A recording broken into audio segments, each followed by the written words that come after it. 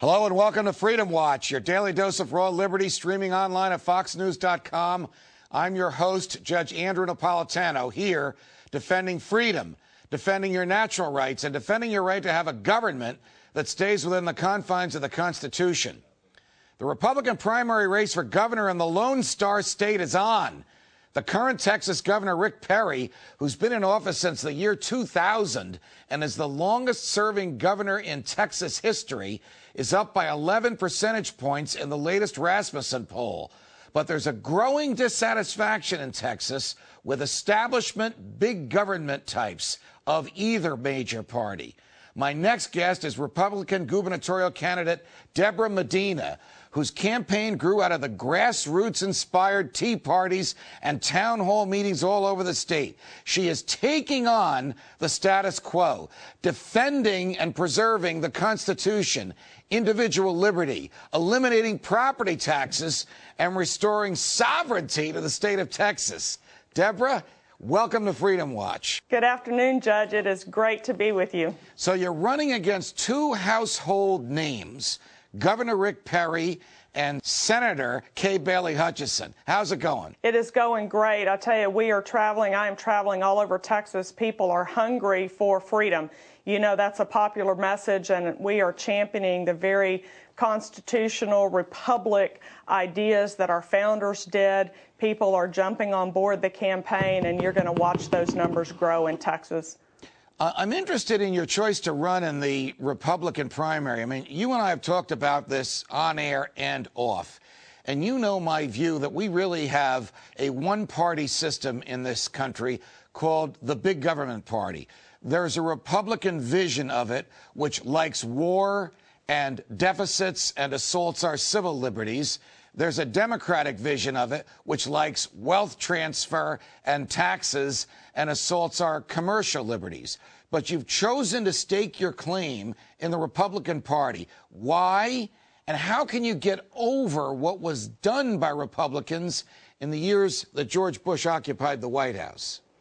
Boy, I think, Judge, that vision that you described is accurate, but it's a corrupted one, is it not? It's certainly not the vision that the early leaders in the Republican Party had. They understood the Constitution. They understood that private property ownership and gun ownership were essential elements of freedom, that this republic was founded following a rule of law, a law that applies equally to everyone.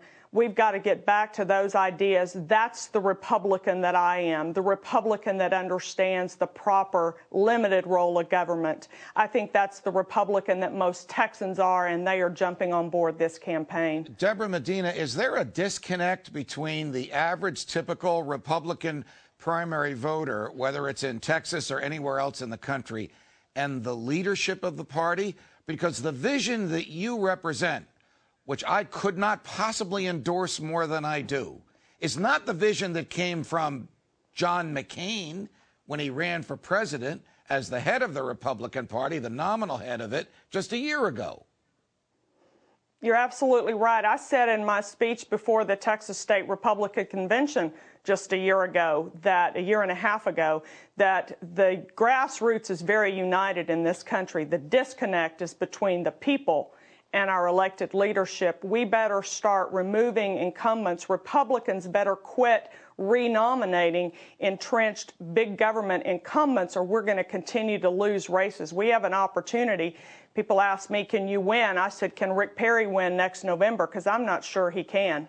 You know, Governor Perry toyed with the idea of seceding from the Union, which is something that I have argued for many years is an inherent right of a sovereign state, particularly Texas, for a couple of reasons. One, Texas was an independent country before it joined the Union.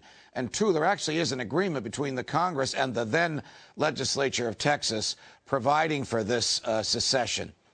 But if the government of Texas, as it now stands, were to remove the state from the Union, wouldn't the Texas state government become the oppressor of freedom that the federal government now is?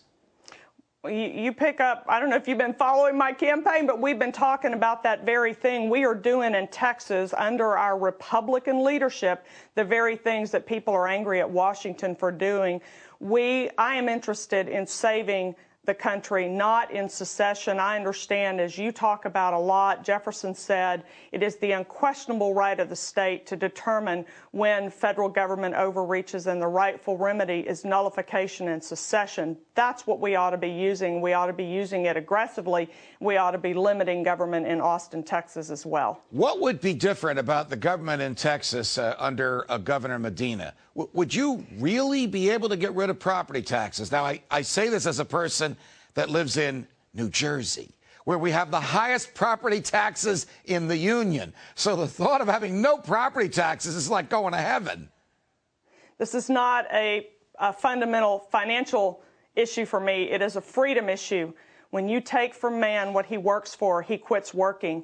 We must find another way to fill the pothole, fund the police officer, build a new wing on our school. We cannot steal from our people and expect to live free and live prosperous. We're going to eliminate property tax in Texas. We're going to raise the necessary revenue with a sales tax, a consumption tax that is the least oppressive to the economy. I would think that the elimination of the property tax in a state like Texas, or the platform offering to eliminate the property tax in the state of Texas, would resonate very well with Republicans in that state.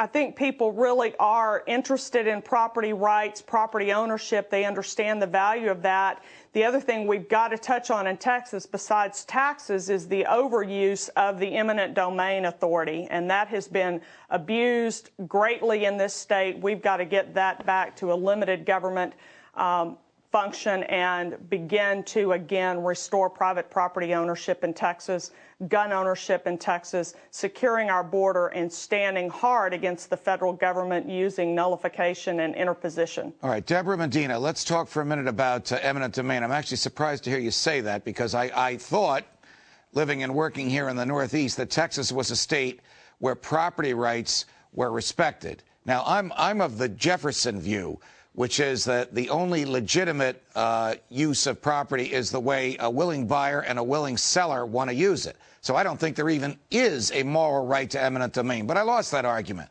The right is in the Constitution. But it's supposed to be used, that is, the government is only supposed to pay to take private property when it pays fair market value for it and uses it for a legitimate public purpose.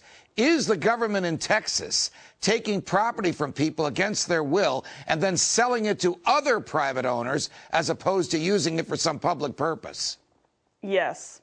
And we saw an effort in the legislative session 2 sessions ago to try to put a constitutional amendment on the ballot, get us some stronger legislation. The governor actually vetoed that. We did get some legislation out of this session. It is a step in the right direction, but it is clearly not a fix. Kelo hurt all of the country, and it is hurting Texas. We've seen that authority misused and abused by all levels of government entity in the state of Texas, the state as well as counties, cities, and municipal governments. The Kelo to which you refer is the Supreme Court's abominable, hateful Kelo decision, in which it said that, yes, a government can take private property and sell it to another private owner, as long as that will produce higher tax revenues, as if that's some kind of a benefit. It's not going to lower taxes. It's just going to give the government more tax dollars to spend. The Kelo case is a particular disaster because it involved taking money in order to build a parking lot for Pfizer in New London, Connecticut. And after they took the property, Pfizer pulled out of New London, Connecticut. That's right. So Mrs. Kelo lost her house, lost her property, lost her natural rights, and it didn't even go for the purpose for which it was taken. Are those things happening in Texas?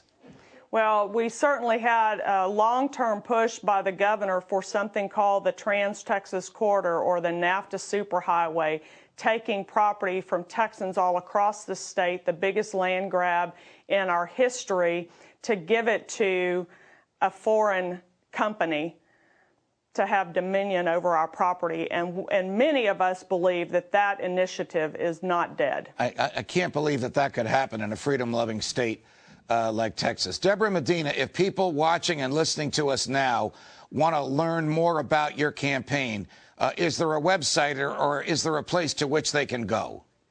MedinaforTexas.com. We need shoe leather and elbow grease in this race. We are going to win, and Texas is, as you and Glenn have indicated, Texas is going to lead the country, but we're going to have to do something different. Debra Medina is stepping out to do that. Debra Medina, thanks for joining us on Freedom Watch. Thank you, Judge.